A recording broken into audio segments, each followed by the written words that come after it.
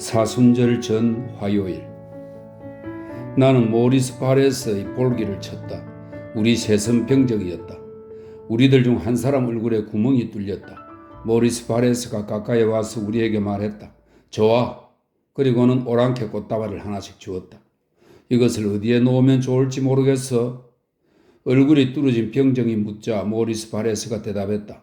얼굴 한가운데 있는 구멍에 넣으면 돼. 병정이 대들듯이 대답했다. 나는 너희 항문에 넣겠어. 그래서 그는 모리스 바레스를 돌려 세우고 바지를 벗겼다. 그는 바지 밑에 추기경의 붉은 옷을 입고 있었다. 우리가 그것을 걷어 올리자 모리스 바레스가 소리쳤다. 조심해. 난 고리바리를 바지를 입고 있어. 우리는 피가 날 때까지 볼기를 쳤다. 그리고 그의 볼기에 오랑캐 꽃잎으로 19세기 말 프랑스의 애국 시인이며 정치가인 데룰레드의 얼굴을 그려놓았다. 얼마 전부터 자주 이 꿈을 더듬는다. 게다가 매일 아침 이불이 마룻바닥으로 떨어져 있는 걸 보니 자면서 몸부림을 많이 치는 모양이다. 오늘은 사순절의 참회 화요일이다. 그러나 부빌에서는 아무 일도 일어나지 않았다. 100여 명 정도가 거리에 모여 가장행렬을 하는 게 고작이었다. 청계를 내려가는데 주인 여자가 불렀다. 편지가 와 있어요. 편지라면 작년 5월에 루앙 도서관의 사스에게 받은 게 마지막이었다. 주인 여자는 나를 사무실로 데리고 간다. 그리고는 두툼하고 기다란 노란색 봉투를 내민다. 안니가 보낸 것이다. 안니의 소식을 못 들은 지 5년째다. 편지는 파리의 전 주소로 갔던 것이다. 2월 1일자 소인이 찍혀 있었다. 나는 밖으로 나간다. 손끝에 봉투를 쥐었으나 감히 뜯을 수가 없다. 안니는 편지지를 바꾸지 않았다. 안니가 여전히 피카딜리의 그 조그만 문방구에서 편지지를 사고 있을까 생각해 본다. 그녀의 머리, 절대 자르려 하지 않던 그 금발도 여전할 거라고 생각한다. 안니는 거울 앞에서 자기 얼굴을 보존하려고 꾸준히 애쓸 것이다. 멋을 부리려는 것도 늙어가는 데 대한 공포도 아니며 있는 그대로의 자기와 똑같은 자기이기를 원하기 때문이다.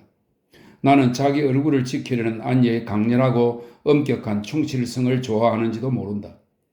보랏빛 잉크로 또박또박 쓴 주소가 아직도 희미하게 반짝인다. 안니는 잉크도 바꾸지 않았다.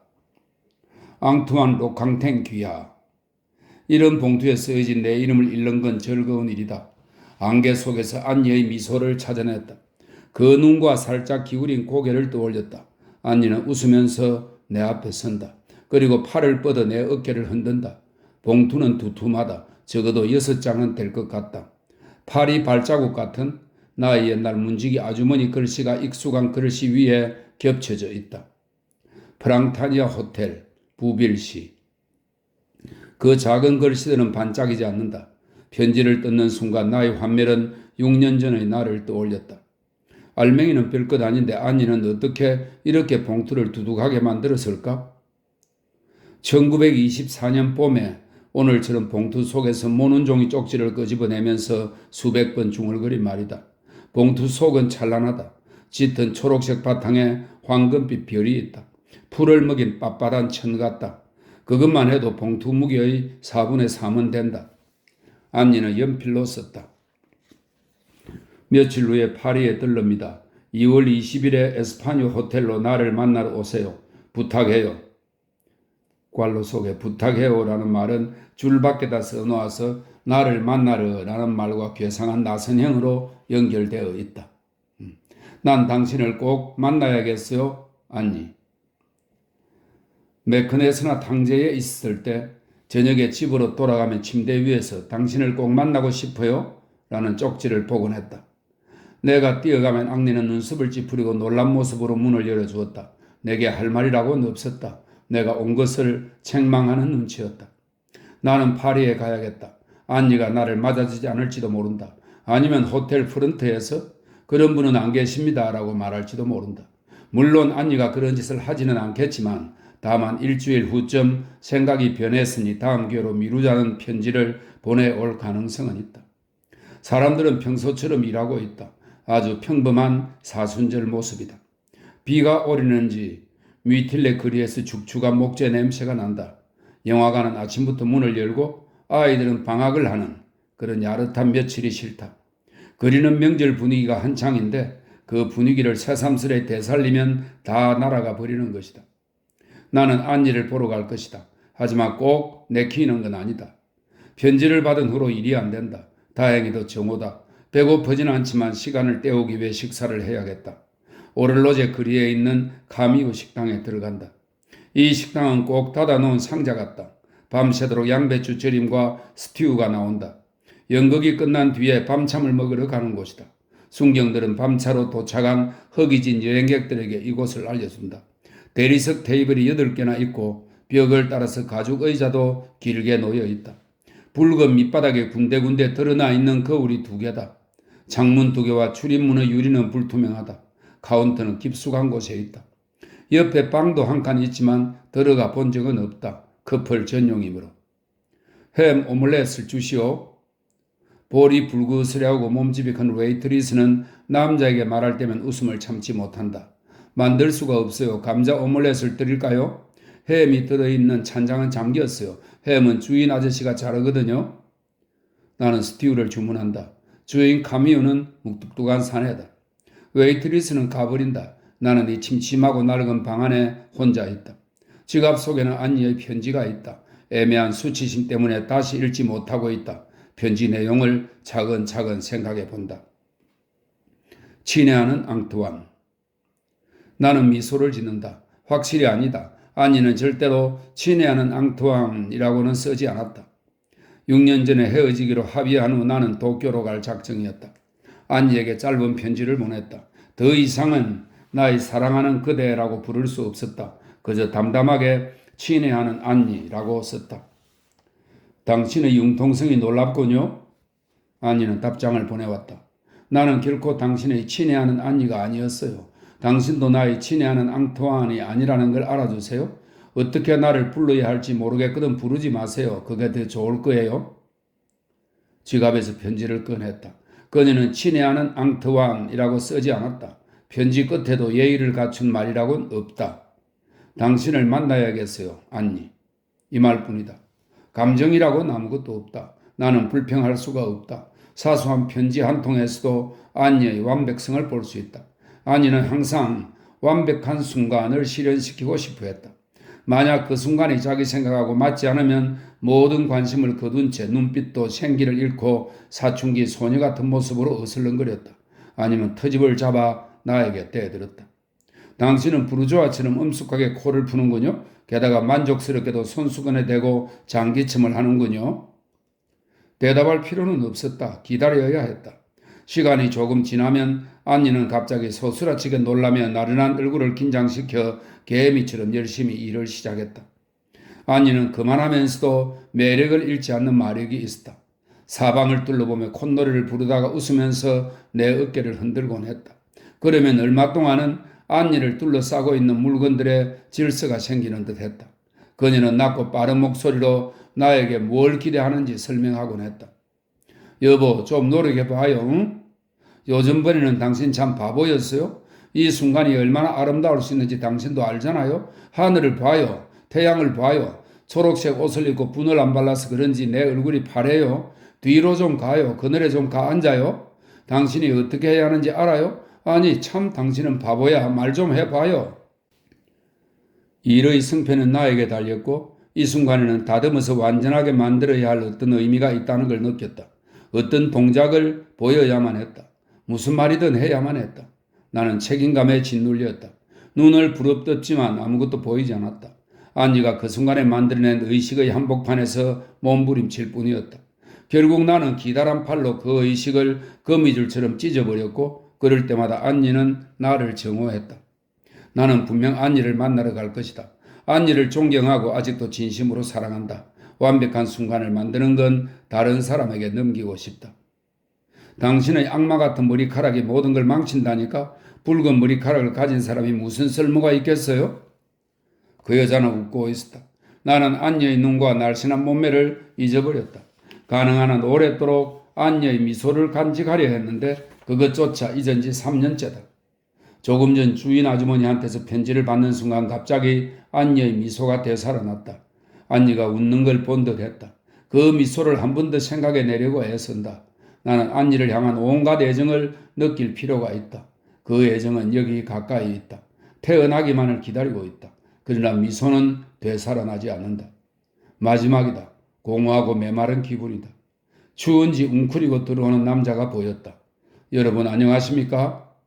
그는 낡아서 초록색이 된 외투를 벗지도 않고 앉았다. 그리고 기다란 손가락을 꼬으면서 두 손을 비빈다. 뭘 드시겠어요? 그는 깜짝 놀란다. 불안한 눈빛이다. 네? 비료에 물을 타주시오. 기니에 같은 포도주 말이요? 웨이트리스는 움직이지 않는다. 거울을 보니 잠든 것 같다. 사실 그녀의 눈은 구멍을 뚫어놓은 것에 불과하다. 그녀는 늘 그렇게 행동에 굼뜨다. 주문을 받고 나서 우물쭈물거린다. 술병이며 붉은 글씨로 써놓은 흰 상포며 검은 시럽을 생각하는 모양이다. 안예의 편지를 지갑 속에 넣는다. 그 편지는 이미 자기의 의무를 다했기 때문이다. 이 편지를 들고 그녀와 사귀던 과거로 거슬러 올라갈 수는 없다. 과거의 사람을 생각한다는 게 가능한 일일까? 우리가 서로 사랑하는 동안은 아주 짧은 순간도 또 사소한 걱정거리 하나도 놓치지 않았다. 소리, 냄새, 기분, 말로 표현하지 않은 생각까지도 가슴속에 안고 지냈다. 그 모든 것이 생생하게 남아있었다. 우리는 즐기고 또 괴로워했다. 추억이라고는 없었다. 그늘도 후퇴도 없고 피할 곳도 없는 강렬하게 타오르는 사랑이었다. 3년의 세월이 동시에 존재하고 있었다. 그래서 우리는 헤어졌다. 그 짐을 더 이상 지탱할 힘이 없었으므로. 그러다가 안니가 훌쩍 떠났을 때 3년의 세월이 과거 속으로 무너져 내려갔다. 나는 허무했을 뿐 괴롭지는 않았다. 시간이 흐르면서 공허감도 커졌다.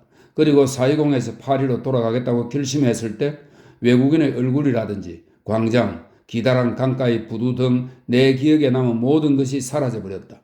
나의 과거는 커다란 구멍에 불과했다. 나의 현재는 카운터 앞에서 졸고 있는 웨이트리스와 저 키 작은 녀석이다. 나의 삶에 관해 아는 건 전부 책에서 읽은 것 같다. 베나레스의 궁전, 문둥이 왕의 테라스, 자바의 부스진 청개가 달린 커다란 사원 등은 순간적으로 내 눈에 비쳤지만 저기 제자리에 머물러 있다. 트랭타니아 호텔 앞을 지나는 전차를 보라. 저녁 되면 유리창에 네온 광고가 비치지만 그 네온 광고를 앗아가지는 않는다. 전차는 잠깐 불이 붙은 것처럼 타오르지만 시커먼 유리창과 함께 멀어진다. 그 사나이는 계속 나를 본다. 귀찮다. 제 몸에 비해서는 의젓한 편이다. 웨이트리스는 결국 시중들기로 마음먹은 모양이다. 대견하게도 크고 검은 팔을 쳐들어 컵하고 병을 가지고 온다. 여기 있습니다, 선생님. 아실이라고 합니다. 남자는 상냥하게 말한다. 웨이트리스는 대답도 않고 술을 따른다. 사나이는 재빨리 코에 댔던 손가락을 떼고 두 손을 테이블에 놓는다. 고개를 뒤로 젖히자 두 눈이 빛난다. 그는 냉정한 목소리로 말한다. 불쌍한 아가씨. 웨이트리스도 나도 깜짝 놀란다. 그는 한마디로 표현할 수 없는 표정이다. 놀란 모양이다. 자기가 한 말이 아니라는 듯한 태도다. 우리 셋 다 어색하다. 뚱뚱한 웨이트리스가 맨 먼저 정신을 차렸다. 상상력이 없는 여자다. 아실 씨를 점잖게 쳐다본다. 그를 밖으로 끌어내려면 한 팔로도 충분하다는 것을 잘 아는 눈치다. 도대체 왜 내가 불쌍하죠? 그는 머뭇거린다. 당황해서 그 여자를 바라보다가 웃는다. 얼굴 가득 주름살이 잡힌다. 손목으로 가벼운 제스처를 해 보인다. 화가 났군. 왜 다들 그렇게 말하잖아? 가엾은 아가씨라고들. 별 생각 없이 한 말이야. 그러나 웨이트리스는 등을 돌리고 카운터 뒤로 가버린다. 정말 모욕당했다는 눈치다. 그는 아직도 웃고 있다. 하하, 아니 가버렸군. 화가 났나? 화가 났군요. 막연히 나에게 이야기하는 듯한 말투다. 나는 고개를 돌린다. 그는 슬쩍 컵을 들었지만 마실 생각은 없다. 다만 놀라서 겁먹은 표정으로 눈을 깜빡거린다. 무슨 일을 생각해 내리는 것 같다. 웨이트리스는 계산대에 앉아 일한다. 모든 것이 침묵으로 돌아갔다. 물론 아까 같은 침묵은 아니다. 비가 온다. 비는 지저분한 유리창을 가볍게 때린다. 거리에 가장을 한 아이들이 남아있다면 비는 종이 가면을 적셔 더럽게 만들 것이다. 웨이트리스는 전등을 켠다. 2시밖에 안 됐는데 하늘은 캄캄하다. 바느질하기엔 어둡다. 부드러운 빛, 집집마다 전등을 켰을 것이다. 그들은 책을 읽다가 창문 너머로 하늘을 올려다 본다. 그들은 유산이나 선물에 둘러싸여 살아간다. 가구 하나하나도 추억이다. 조그만 추가 달린 시계, 메달, 초상화, 조개, 문진, 병풍, 숄. 그뿐인가? 술병이 가득 찬 장식장, 옷감, 낡은 옷, 신문 따위도 가지고 있다. 그들은 모든 것을 보존했다. 과거, 그것은 물건을 소유한 자의 사치다. 나는 어디에다 과거를 간직해 둘 수 있을까?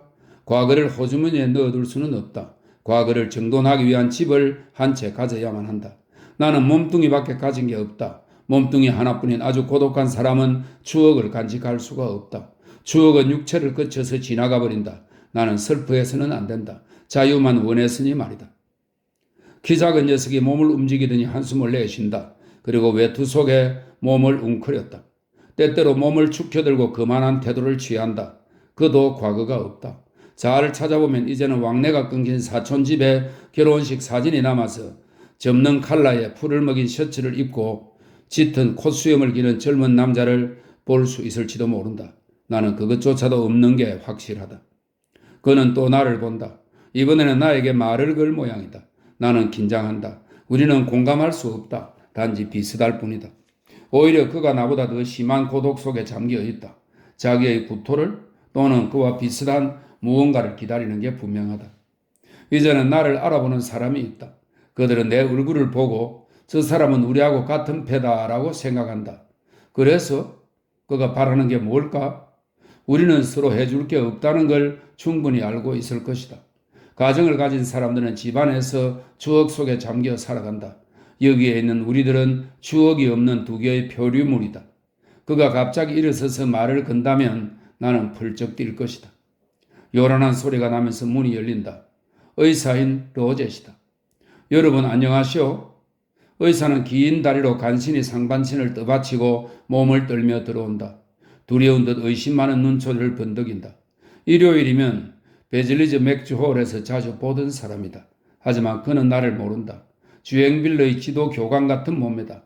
허벅지만큼 굵은 팔과 110cm나 되는 가슴둘레. 그러니 서 있기도 힘들만하다. 잔, 이봐 잔. 그는 모자걸이에 커다란 펠트 모자를 걸려고 종종거린다. 웨이트리스는 바느질 하던 걸 접어놓고 의사의 레인코트를 벗겨준다. 무엇을 드시겠어요, 선생님? 그는 신중하게 웨이트리스를 관찰한다. 내가 남자의 훌륭한 얼굴이라고 부르는 것이 바로 저기에 있다. 생활과 정열에 닳고 파인 얼굴이다. 그러나 의사는 인생을 알았고 정열을 억제한다. 뭘 먹으면 좋을지 나도 모르겠는데 그는 깊이 있는 목소리로 말했다. 그는 내 맞은편 의자에 털썩 주저앉아 이마에 땀을 닦는다. 그리고 편히 쉰다. 크고 검은 눈은 명령조로 사람을 압도한다. 가만히 있자. 그래. 오래 묵힌 사과 브랜디 칼바를 주어. 웨이트리스는 꼼짝도 하지 않고 그의 움푹 파인 얼굴을 살펴보고 있다. 생각에 잠긴 표정이다. 키 작은 녀석은 해방된 기쁨의 미소를 짓는다. 이 기둥 같은 녀석은 우리를 해방시켰다. 우리를 사로잡으려는 무시무시한 게 있었다. 나는 힘껏 숨을 들이쉬었다. 지금 우리는 인간들 틈에 있다. 그래 알았지? 내 칼바도스지? 웨이트리스는 껑충 뛰어서 안쪽으로 간다. 그는 굵은 팔을 뻗어 테이블 끝을 꽉 쥐었다. 아실 씨는 아주 기뻐한다. 그는 의사의 주의를 끌고 싶어한다. 그러나 다리를 아무리 흔들어도 의자 위에서 아무리 꿈틀거려도 소용없다. 몸집이 너무 작아서 소리가 나지 않는다. 웨이트리스가 칼바도스를 가져온다. 그 여자는 눈짓으로 의사에게 옆자리의 손님을 가리킨다. 의사인 로젯이는 천천히 상반신을 돌린다. 그는 고개를 움직일 수 없기 때문이다. 저런 자넨가? 의사가 소리 지른다. 그래 아직 죽지 않았군 그래? 그리고 웨이트리스가 말한다. 어찌 자꾸 이런 녀석을 들여? 그는 무서운 눈초리로 키 작은 녀석을 쳐다본다. 사물을 제자리에 도로 갖다 놓을 만큼 고든 시선이다. 그는 설명한다. 이 늙은이는 살짝 돌았어. 농담을 하는 게 아니었다. 의사는 살짝 돌았다는 늙은이가 화를 내기는커녕 웃으리라는 걸 알고 있다. 아니나 다를까? 키 작은 녀석은 비굴한 웃음을 짓는다. 머리가 돈 늙은이. 그는 마음이 놓인다. 그는 보호받고 있음을 느낀다. 오늘 이 사나이에게는 아무런 일도 생기지 않을 것이다. 가장 어이없는 일은 나도 안심했다는 사실이다. 살짝 돈 늙은이. 과연 그렇다. 그뿐이었다. 의사는 웃는다. 나에게 공모자 같은 눈초리를 던진다. 내가 깨끗한 셔츠를 입었기 때문일 것이다. 그는 내가 자기의 농담에 한몫 끼기를 바라는 눈이다. 나는 웃지 않는다. 그의 제안에도 응하지 않는다. 그래서 의사는 웃으면서도 무서운 눈빛을 던지고 있다. 그렇게 몇 초 동안 서로 노려본다. 의사는 근시처럼 나를 노려본다. 그는 나를 분류하고 있다. 돌았거나 덜 떨어진 인간점으로 생각하는 것일까? 결국 고개를 돌린 쪽은 그 친구다.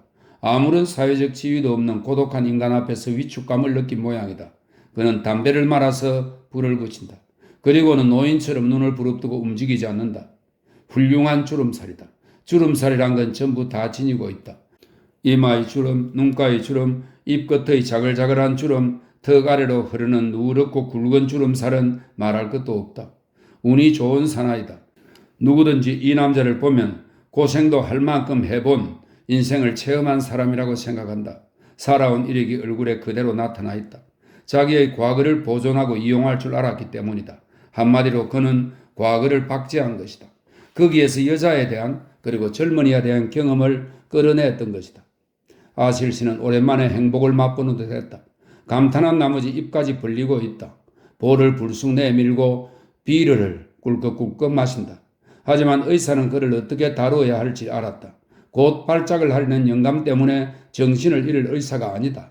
적당한 욕짓거리와 채찍질을 하듯 무뚝뚝한 말투가 필요하다는 걸 안다. 의사는 경험을 통해서 일하는 사람들이다. 의사, 신부, 법관 그리고 장교들은 마치 자신들이 인간을 만드는 것처럼 인간을 알고 있다. 나는 아실씨 때문에 부끄럽다. 우리는 같은 처지니까. 그들에 대항해서 뭉쳐야만 한다. 그러나 그는 나를 제쳐두고 그들 편에 가담했다. 그는 정직하게 그 경험을 믿고 있다. 자기의 경험도 아니고 나의 경험도 아니다. 의사인 로제 씨의 경험을 믿는 것이다. 조금 전까지도 아실 씨는 스스로 이상하게 느끼고 고독하다는 것을 인정했다. 그러나 지금은 자기 같은 사람이 많다는 걸 알아버린 것이다. 의사 로제 씨가 아실 씨에게 그 사람을 만나본 이야기를 해줄 수 있을 것이고 그 이야기가 어떻게 끝났는가도 말할 수 있으리라. 아실 씨는 하나의 예일 뿐이다. 공통된 관념에 쉽게 이를 수 있는 하나의 예에 불과하다. 그가 사람들에게 속고 있으며 잘난치 않은 놈들에게 농락당하고 있다는 걸 말해주고 싶어 죽을 지경이다. 경험을 통해서 일한다니 의사들은 그들의 삶을 마비와 반수명 상태로 끌고 들어갔다. 그들은 서둘러서 결혼했고 되는 대로 자식을 만들었다. 그들은 카페에서, 결혼식장에서, 장례식장에서 많은 사람들을 만났다. 이따금 소용돌이 속에 사로잡히면 어떤 일이 생기는지도 모르면서 발부둥 쳤다. 그들 주위에서 생겨난 모든 일은 그들의 시야 밖에서 시작되었다가 끝나버렸다. 그러다가 40대가 되면 자그마한 집착이나 몇몇 개의 속담을 경험이라는 이름으로 부르는 것이다. 나는 전문가가 아니다. 세상에는 아마추어들도 있는 법이다. 서기라든지 고용인, 장사꾼들 같은 그들은 카페에서 이야기를 주워 듣는다. 40대가 가까워지면 발산해버릴 수 없는 경험으로 부풀어 있음을 느낀다. 다행히도 그들은 자식을 만들었고 자식들이 그 경험을 소비시키는 것이다. 그들의 과거는 없어지지 않았으며 추억은 연결되어 예지로 변했음을 보여주려고 한다. 편리한 과거다. 호주머니 속 과거, 아름다운 격언으로 가득 찬 황금색 책이다. 나를 믿으시오. 나는 경험에 비추어서 이야기합니다. 나의 지식은 모든 생활에서 얻은 것이오. 생활이 그들을 대신해서 생각해 준단 말인가? 그들은 새로운 일을 옛것을 가지고 설명한다. 그리고 옛것은 더 옛것을 가지고 설명한다. 역사가가 레닌을 러시아의 로베스피에르라고 하고 로베스피에르를 러시아의 크로멜이라고 하듯이 말이다. 결국 그들은 아무것도 몰랐던 것이다. 그들의 의젓함 뒤에서 우울한 게으름을 엿볼 수 있다. 행렬을 지어가는 걸 보고 하품을 한다. 하늘 아래 새로운 것이라고는 없다고 생각하는 것이다. 머리가 돌아버린 늙은이 이렇게 말했을 때 로제 씨는 특별히 한 사람을 말하는 게 아니라 막연히 머리가 돌아버린 수많은 늙은이를 생각하는 거였다. 지금 아실 씨가 무슨 짓을 하든 우리는 놀라지 않을 것이다. 머리가 돌아버린 늙은이니까. 그는 머리가 돌아버린 늙은이가 아니라 두려워하는 것이다. 무엇이 두려울까? 어떤 일을 이해하려고 할 때 사람은 혼자서 아무런 도움 없이 그 문제와 맞부딪힌다. 이 세상의 모든 과거는 아무 소용도 없을 것이다. 그러다가 그 일은 사라지고 사람이 이해한 것도 그것과 함께 사라져 버린다. 보편적 개념, 사람들은 그것에 더 마음이 끌리기 쉽다. 전문가나 아마추어들까지도 결국은 정당해지고 만다. 그들의 예지는 되도록 소리 없이 사람들에게 잊혀지고 싶어 한다. 그들이 가장 좋아하는 이야기는 경솔한 자나 독특한 자가 벌받는 이야기다. 아실시의 양심도 그다지 평온하지는 않을 것이다. 아버지나 누나의 충고를 들었던들 이 지경에 이르지는 않았을 거라고 생각할지도 모른다. 의사는 말할 권리가 있다. 그는 자기의 삶을 거르치지 않았으며 쓸모있는 사람이 될 줄도 알았다. 평온한 마음으로 권세를 뽐내며 그 보잘것없는 표류물 위에 군림하고 있다. 그것은 하나의 바위다. 로제 씨는 칼바도스를 마셨다. 육중한 몸을 웅크린 채 서서히 잠이 들었다. 나는 처음으로 그가 눈 감은 얼굴을 보았다. 가게에서 파는 가면 같았다. 두 볼이 무섭게 붉다. 갑자기 진실을 깨달았다. 이 사람은 머지않아 죽을 거라는. 그도 잘 알고 있다. 제 얼굴을 거울에 비춰보는 것만으로도 충분히 알 것이다.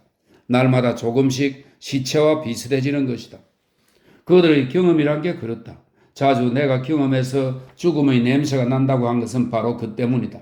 죽음, 그것은 그들의 마지막 요새다. 의사는 그 마지막 요새를 믿으려고 한다. 참을 수 없는 현실에 대해서 눈을 가리려고 하는 것이다. 고독하고 배운 것도 없고 과거도 없이 머리는 우둔해지고 육체는 무너져가는 현실에 대해서 관념의 헛소리를 만들고 잘 정돈하고 잘 꿰매어 놓았다.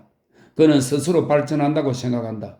그의 사상에 구멍이 뚫려 있어 헛바퀴 도는 때가 있는 건 아닐까? 그의 판단에 청춘의 성급함이 없기 때문이다. 어쩌면 책에서 읽는 것을 이해하지 못하는 것일지도 모른다. 지금은 그가 책하고 거리가 멀기 때문이다. 그는 이미 성불구자가 된 건 아닐까? 사람들은 멀찍이 물러서야 판단도 할 수 있고 비교도 반성도 할 수가 있다. 의사는 고개를 살짝 움직인다. 졸려서 충혈된 눈을 개슴철에 뜨고 나를 본다. 나는 미소를 지어 보인다.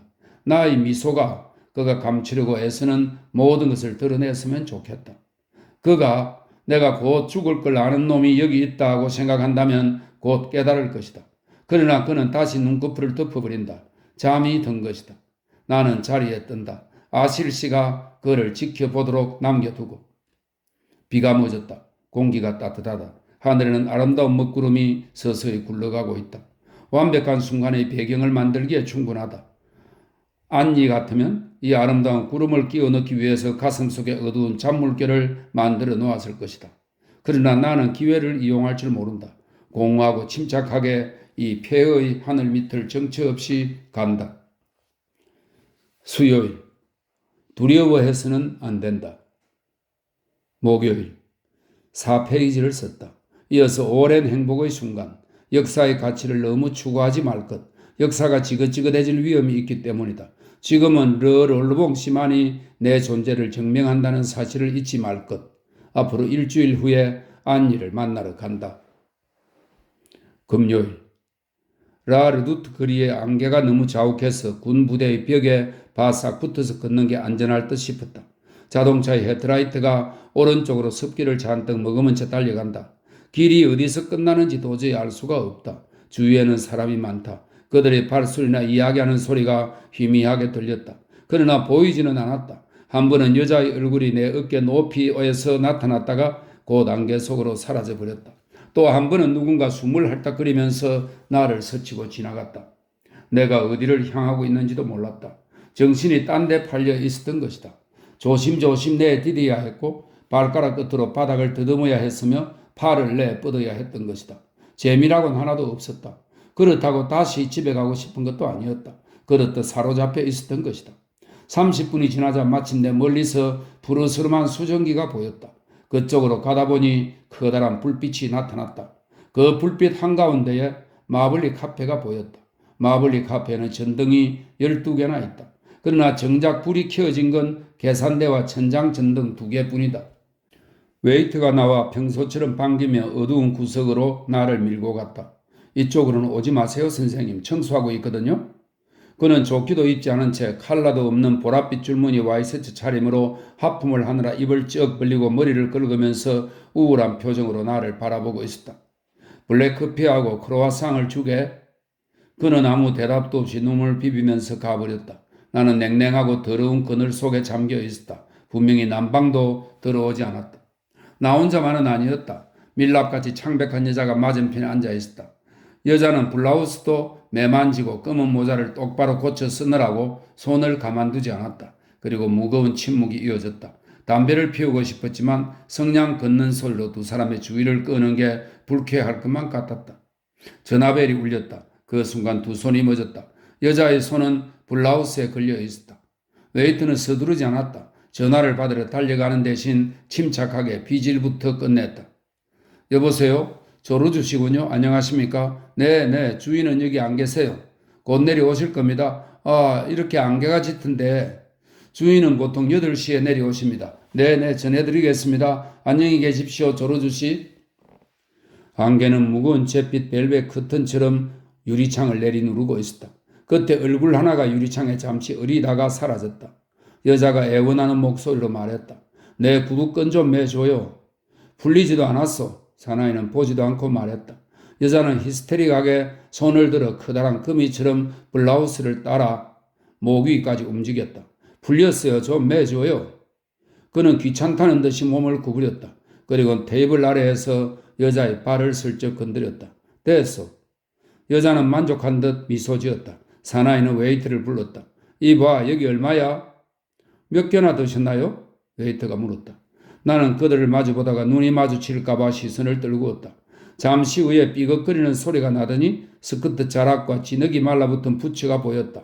끝이 뾰족한 남자용 에나멜 구두가 뒤를 따랐다. 내 앞에 와서 멈추더니 반바퀴를 도는 거였다. 사나이는 외투를 입고 있었다. 그때 스커트를 따라 딱딱한 발끝에 붙은 손이 내려오더니 잠시 망설이다 스커트를 긁었다.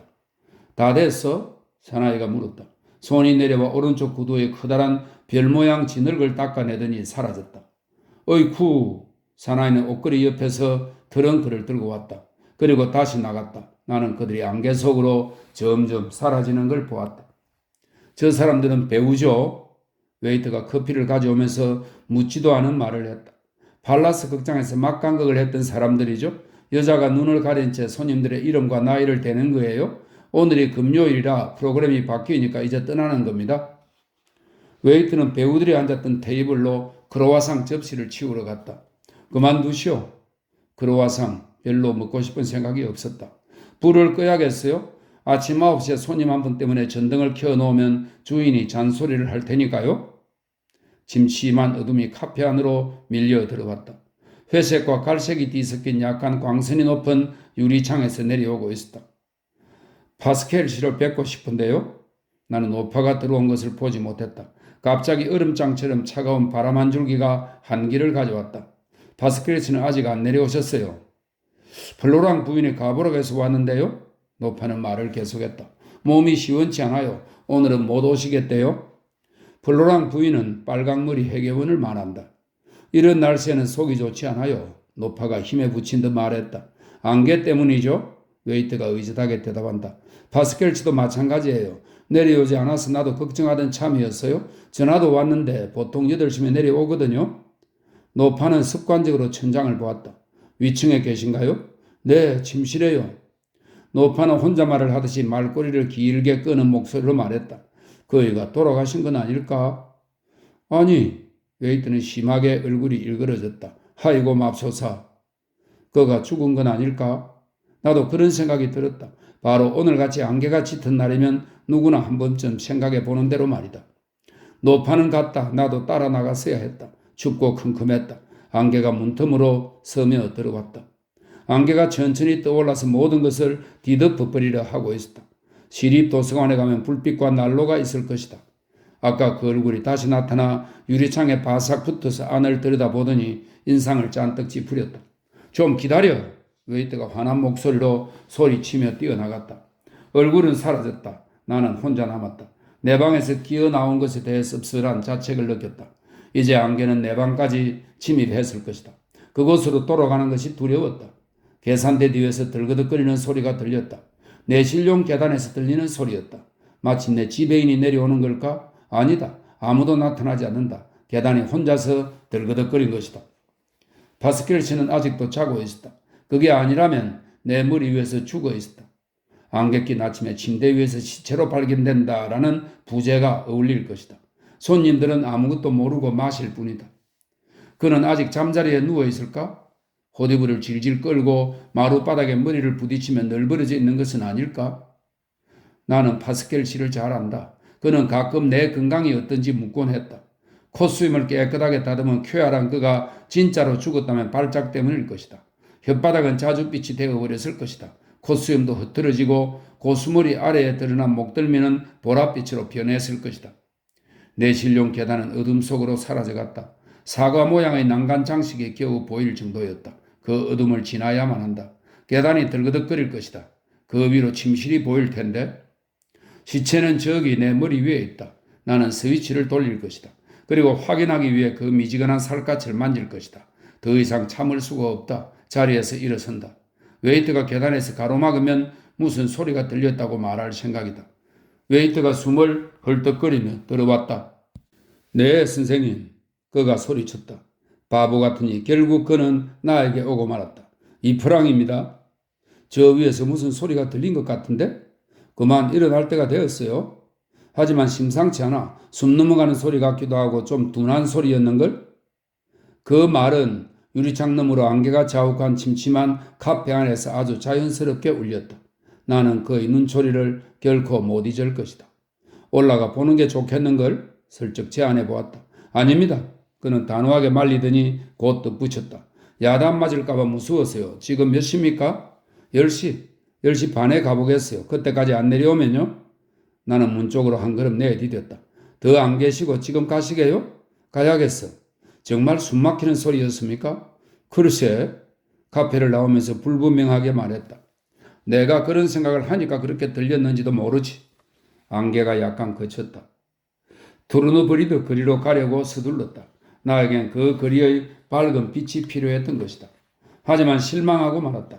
물론 빛은 있었다. 빛은 상점의 쇼윈도를 반짝였다. 하지만 즐거운 빛이 아니었다. 안개 때문에 허연 빛이 샤워하듯 어깨 위로 쏟아질 뿐이었다. 사람들, 특히 여자들, 그러니까 하녀들, 가정부들, 주부들이 말하는 소리가 들렸다. 내가 직접 사겠어요. 그게 더 확실해요. 가게 앞에서 냄새를 맡고서야 안으로 들어가는 거였다. 나는 진리행 식품점 앞에서 멈춰 섰다. 유리창을 통해 버섯을 곁들인 돼지 다리라든지 송아지 고기로 만든 소시지를 가리키는 손가락이 보였다. 뚱뚱한 금발 아가씨가 몸을 굽혀 가슴을 내밀고 죽은 짐승의 고기 덩어리를 손가락 끝으로 잡았다. 바로 5분 전에 파스켈 씨가 침실에서 죽었다. 내 생각을 받쳐줄 만한 확고한 증거를 찾아 주위를 둘러보았다. 그런 건 없었다. 안개는 그치고 있었지만 거리에 무언가 불안한 여운을 남겨두었다. 위험한 건 아니었다. 희미하면서 투명했다. 하지만 바로 그것이 나를 두렵게 만들고야 말았다. 나는 유리창에 이마를 댔다. 러시아식 달걀 요리에 뿌린 마요네즈 위에 검붉은 방울이 보였다. 피였다. 노란색 위에 얹은 붉은색을 보자 구토가 일었다. 갑자기 환상을 보았다. 고꾸라져서 접시에 피를 쏟는 사람이 있다. 피 속에서 달걀이 굴렀다. 달걀을 덮은 토마토 꼭지가 산산이 흩어졌다. 붉은색 위에 납작하게 떨어졌다. 마요네즈가 살짝 흘렀다. 핏줄기를 두 팔처럼 불려놓은 노란 우유의 늪이었다. 너무 바보 같다. 기분을 바꿔야지. 도서관에 가서 일이나 하자. 일을 한다? 나는 한 줄도 쓰지 못한다는 걸 잘 안다.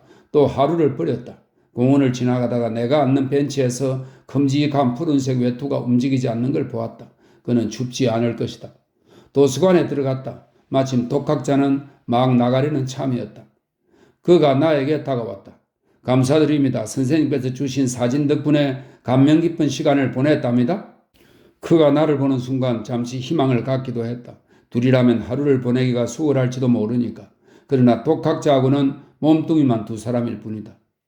그는 사절판 책을 두드렸다. 종교사였다. 이 방대한 내용을 전부 다루기에는 누사피에 만한 사람이 없었습니다. 안 그렇습니까? 얼굴이 아주 피로해 보이는데도 양손까지 떨리고 있었다. 안색이 나쁘신데요? 그럴 겁니다. 불쾌한 일이 생겼거든요. 관리인이 우리 쪽으로 오고 있었다. 고수장 같은 수염을 기르고 작은 키에 툭하면 화를 내는 코르시카인이다. 구두 굽을 달가닥거리면서 테이블 사위를 온종일 돌아다닌다. 겨울에는 손수건에 가래침을 뱉어서 난로에 말리는 사람이다. 독학자는 내 얼굴에 침이 튈 정도로 입을 가까이 댔다. 저 사람 앞에서는 선생님께 아무 말도 하지 않겠습니다. 그리고 비밀 이야기라도 하듯이 덧붙였다. 별 지장이 없다면. 뭔데요? 그는 얼굴을 붉히더니 허리를 맵시 있게 휘청거렸다. 아, 선생님 죄송합니다. 수요일에 점심을 같이 했으면 했어요? 아, 그러죠. 물론 그하고 점심을 먹고 싶은 생각은 조금도 없었다. 영광입니다. 독학자는 재빨리 덧붙였다. 괜찮다면 댁으로 모시러 가겠습니다. 그리고 이내 사라졌다. 여유를 주면 내가 다른 소리를 할까봐 두려웠던 모양이다. 11시 반이었다. 나는 2시 15분 전까지 일했다. 일은 엉망이었다. 눈앞에 책 한 권을 펴놓았지만 생각은 줄곧 카페 마블리에 있었다. 바스켈치는 지금쯤 내려왔을까? 사실은 그가 죽었다는 걸 믿지 않았는데 바로 그 부분이 신경에 거슬렸던 것이다. 그것은 머릿속을 떠도는 관념이었지만 그 관념을 나 자신에게 납득시킬 수도 없애버릴 수도 없었던 것이다. 코르시카인의 구두굽이 아직도 마룻바닥에서 삐걱거리고 있었다. 할 말이 있는지 네댓 번이나 내 앞에 서 있다가 생각이 바뀐 듯 멀리 가버리곤 했다. 1시쯤에 마지막 열남자까지 나가버렸다. 배가 고프지도 않았고 무엇보다 자리를 뜨고 싶지 않아서 일을 좀 더 했다. 그러다가 깜짝 놀랐다. 내가 침묵에 잠겨버린 게 아닌가 싶었던 것이다. 고개를 들어보니 나 혼자였다. 코르시카에는 도수가 문지기인 아내한테 간 모양이었다. 그의 구두굽 소리가 듣고 싶었다. 난로 속에서 석탄 타는 소리가 또렷하게 들려왔다. 안개가 열람실 깊숙이 스며들어왔다. 한참 전에 사라져버린 진짜 안개는 아니다. 아직까지 거리에 가득 차 있는 벽이나 돛돌에서 나오는 안개였다. 사물이 주는 불안감이다. 책은 여전히 제자리에 있었다. 알파벳 순서에 따라 선반 위에 가지런히 진열된 채. 책 등은 검은색이나 갈색이고 공공용 불문학 아니면 공공용 자연과학 등의 분류표가 붙어 있었다.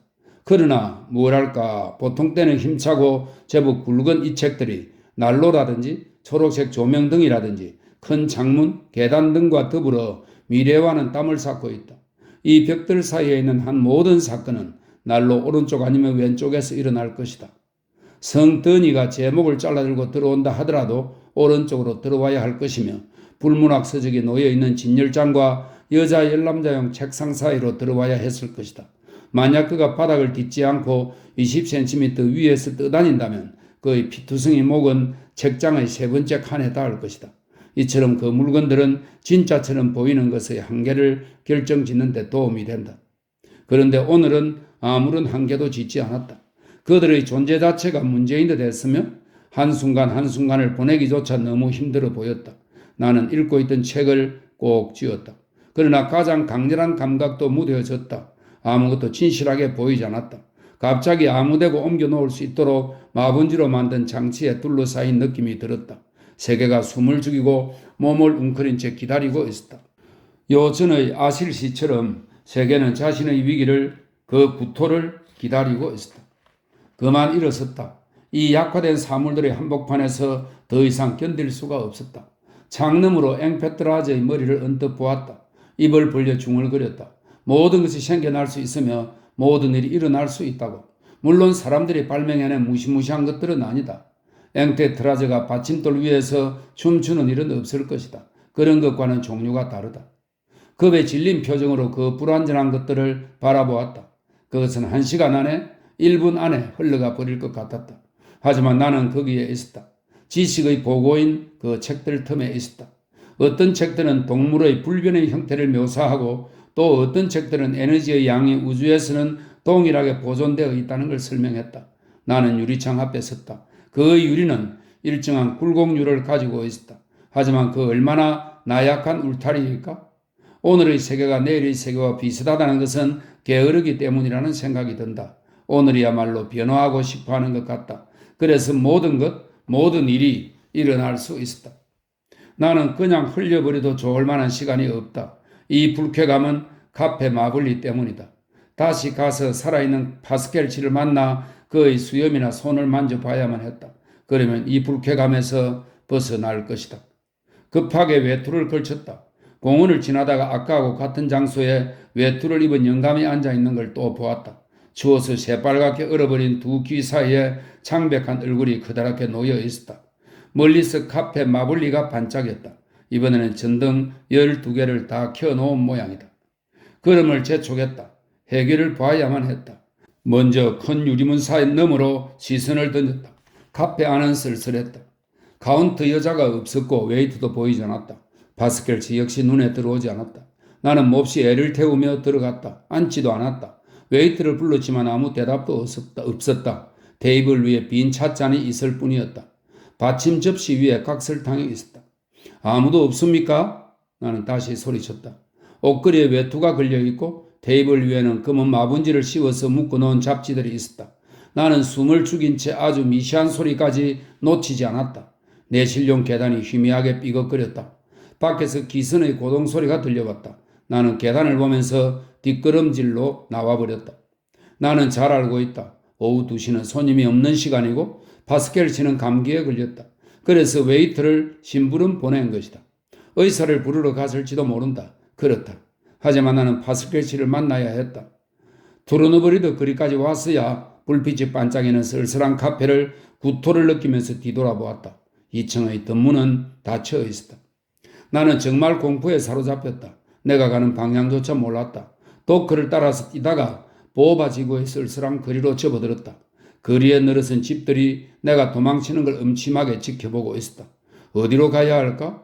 어디로 가야 한단 말인가? 불안하게 되뇌었다. 가슴이 점점 두근거린다. 갑자기 뒤돌아섰다. 내 뒤에서 무슨 일이 일어나는 건 아닐까? 어쩌면 벌써 내 뒤에서 시작되었다가 내가 돌아다 보았을 때는 이미 늦고 말 것이다. 내가 사물을 노려볼 수 있는 동안은 아무 일도 일어나지 않을 것이다. 나는 될 수 있는 대로 포석이며 집들, 가스등을 노려보았다. 두 눈을 재빨리 움직여 그것들이 변하기 전에 잡아두려고 했다.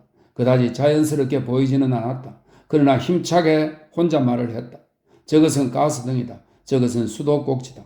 그리고 내 눈의 힘을 모아 그것들을 평소 모습대로 환원시키려고 애썼다. 도중에 서너 번 술집들과 마주쳤다. 카페 대 브르통하고 바르 드라마린느 등이었다. 그때마다 멈춰 서곤 했다. 그러다 한 술집의 장밋빛 커튼 앞에서 멈칫거리고 있었던 것이다. 칸막이가 잘 되어 있는 듯 보이는 그 술집은 닫히지 않은 고립되고 망각된 어제의 파편을 아직까지 간직하고 있을지도 모른다. 문을 밀고 들어가야만 했다. 하지만 감히 그럴 수가 없었다. 나는 다시 떠나고 말았다. 집집마다 달려있는 문들이 특히 무서웠다. 문들이 저절로 열릴까봐 두려웠다. 드디어 나는 도로 한복판을 걷고 있었다. 북쪽 항구의 부둣가로 나왔다. 어선들과 작은 요트들이 보였다. 나는 바위에 꼭 박아놓은 쇠고리 위에 한 발을 올렸다. 여기서라면 집이나 문들하고 멀리 떨어져서 잠시 쉴 수 있을 것이다. 검은 반점들이 박힌 고요한 바닷물 위에 벽막에 하나가 떠다니고 있었다. 그런데 물 밑에는 당신은 물 밑에 있을 만한 것들을 생각해 보지 않았을 것이다. 짐승일까? 진흙 속에 반쯤 잠긴 커다란 갑충류일까? 연함은 쌍의 다리가 천천히 진흙을 파헤치고 있다. 짐승은 가끔씩 살짝 일어선다. 물 밑에서 소용돌이와 약한 파동을 살피면서 가까이 가보았다. 벽막에는 검은 점들 속에서 움직이지 않았다. 그때 갖가지 소리가 들려왔다. 때가 된 것이다. 나는 몸을 돌려 다시 걷기 시작했다. 카스티글리온 거리에서 이야기를 나누는 두 남자를 쫓아갔다. 그들은 내 발소리를 듣고 깜짝 놀라 동시에 뒤를 돌아다 보았다. 그들은 불안에 찬 시선을 나에게 쏟았고 또 다른 것이 없는지 내 뒤를 살폈다. 그렇다면 두 사람도 나처럼 겁을 집어먹었단 말인가? 내가 앞질러 나가자 우리는 서로 얼굴을 마주 보았다. 자칫 말을 걸었을지도 모른다. 하지만 갑자기 경계하는 시선으로 바라보았던 것이다. 이럴 때는 아무한테나 말을 거는 게 아니다.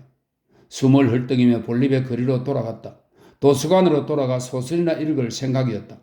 울타리를 따라 공원을 걸어가다가 외투를 입은 남자를 보았다. 그는 여전히 인기척이 없는 공원에 있었다. 코가 귀만큼이나 빨개진 채. 울타리를 밀고 들어갈 생각이었다. 그런데 그의 표정이 나를 꼼짝 못하게 만들고 말았다. 나는 을가니 같은 얼굴로 어렴풋이 눈웃음을 짓고 있었다. 그는 앞만 똑바로 쏘아보았으나 내 눈에는 아무것도 보이지 않았다. 얼마나 딱딱한 시선으로 집중하는지 나는 얼른 시선을 돌리고 말았다. 사실은 10살쯤 돼 보이는 여자애가 도망칠 것 같은 자세로 입을 딱 벌린 채 그 사나이를 보고 있었다. 여자애는 신경질적으로 목도리를 잡아당기며 뾰족한 얼굴을 내밀었다. 그 남자는 장난을 시작해 보려는 사람처럼 웃다가 두 손을 외투 주머니에 집어넣고 일어섰다. 외투가 발목까지 늘어졌다. 그는 두어 걸음을 내딛다가 문득 휘청거렸다. 나는 그가 쓰러질지도 모른다고 생각했다. 하지만 그는 여전히 개슴츠레한 미소를 지었다. 문득 깨달아지는 게 있었다. 그 외투가 무엇인지. 나는 그를 방해할 수도 있었다. 기침을 하든가 울타리를 밀기만 하면 될 것이다. 그러나 이번에는 내가 여자의 표정의 넋을 잃고 말았다. 아이의 얼굴은 공포로 일그러져 있었다. 심장이 무섭게 쿵쾅거렸을 것이다. 나는 아이의 쥐 같은 인매에서 억세고 짓궂은 무언가를 읽어냈다. 그것은 호기심이 아니라 확고한 기대 같은 거였다. 맥이 풀렸다. 나는 바깥에 공원에 그들의 조그마한 사건 앞에 있었다. 그들은 욕망의 모호한 힘으로 못 박혀 있었다. 나는 숨을 죽였다. 그 남자가 내 등 뒤에서 외투 자락을 질질 끌며 걸어갈 때 그 늑수그레한 얼굴이 어떻게 변할지 보고 싶었다. 소녀는 고개를 젖히고 달리기 시작했다. 외투를 입은 사나이가 나를 보고 멈춰 섰던 것이다. 그는 잠시 길 한복판에 서 있다가 몸을 움츠린 채 가버렸다. 외투가 종아리를 치고 있었다. 나는 울타리를 밀고 들어가서 그에게 다가갔다. 아니 이것 봐요. 그는 떨고 있었다. 이 도시에 커다란 위험이 감돌고 있어. 그를 향해 걸어가면서 공손하게 말했다. 도서실로 들어가서 발음의 수도원을 책상에 펼쳐 놓았다. 책 속에 빠져 스탕달의 밝은 이탈리아로 도피할 생각이었다. 나는 이따금 짧은 환각을 통해서 이탈리아의 밝은 빛을 볼 수 있었다. 하지만 내 앞에서 시끄러운 소리를 내는 노인과 의자에 눕다시피 앉아서 공상에 빠진 청년과 마주 앉아 이 무시무시한 현실을 벗어나지 못했다. 시간이 흘러 유리창이 컴컴해졌다. 책상 앞에 앉아서 새로 들여온 책에 스탬프를 찍는 코르시카인 말고 넷이 있었다. 키 작은 노인하고 금발 청년, 학사하기를 준비하는 젊은 여자, 그리고 나였다. 가끔씩 우리 중 누군가가 고개를 들고 나머지 세 사람을 향해 의욕에 넘치는 시선을 던지곤 했다. 한 번은 키 작은 노인이 웃기 시작했다. 젊은 여자는 머리끝에서 발끝까지 떨고 있었다. 그러나 나는 노인이 읽던 책의 제목을 거꾸로 읽은 뒤였다. 그것은 유머 소설이었다. 7시 10분 전 문득 도서관이 7시에 폐관한다는 생각이 들었다.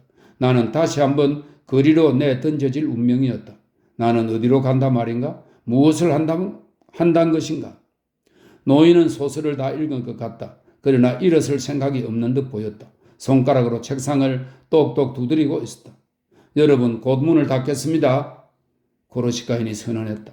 청년은 펄쩍 뛰며 나를 힐끔 보았다. 젊은 여자는 코르시카인 쪽을 보더니 더 읽겠다는 듯이 책을 들었다. 5분 후에 닫겠습니다. 코르시카인이 다시 강조했다. 노인은 애매한 태도로 고개를 흔들었다. 젊은 여자는 책을 밀어 놓았지만 일어서지는 않았다. 코르시카인은 어처구니가 없는 모양이었다. 그는 잠시 머뭇거리더니 스위치를 돌렸다. 열람용 테이블에 전등이 꺼졌다. 천장 전등만 빛을 발했다. 나가는군요. 노인이 조용하게 물었다. 청년은 섭섭한 듯이 천천히 일어섰다. 누가 외투를 가장 늦게 입을 것인가가 문제였다. 방을 나오는데 그 여자는 아직도 앉아서 책 위에 손을 올려놓고 있었다. 아래층 출입문은 어둠 속으로 활짝 열려 있었다. 맨 앞을 가던 청년이 뒤를 돌아다보고 천천히 계단을 내려가서 현관을 지났다. 그는 문지방에서 잠깐 머뭇거리더니 이내 어둠 속으로 뛰어들어 사라져 버렸다. 나는 계단을 다 내려와서 고개를 들었다. 잠시 후에 키 작은 노인이 단추를 채우면서 나왔다. 그가 처음 새 계단을 내려왔을 때 나는 눈을 꼭 감고 어둠 속으로 뛰어들었다. 어렴풋이 얼굴에 신선한 바람이 닿는 걸 느꼈다. 멀리서 휘파람 부는 소리가 들렸다. 눈을 치켜떴다. 비가 내리고 있었다. 부슬부슬 조용히 내리고 있었다. 광장에는 외등 4개가 불을 밝히고 있었다. 비 내리는 시골의 광장이다. 청년은 발을 길게 내디뎌 멀리 걸어가고 있었다. 아직 모르는 두 사람에게 소리쳐 알리고 싶었다. 안심하고 나와도 좋다고, 위험은 사라졌다고. 키 작은 노인이 문턱에 나타났다. 난처한 태도로 얼굴을 끌적거리더니 빙그레 웃으며 우산을 펴었다.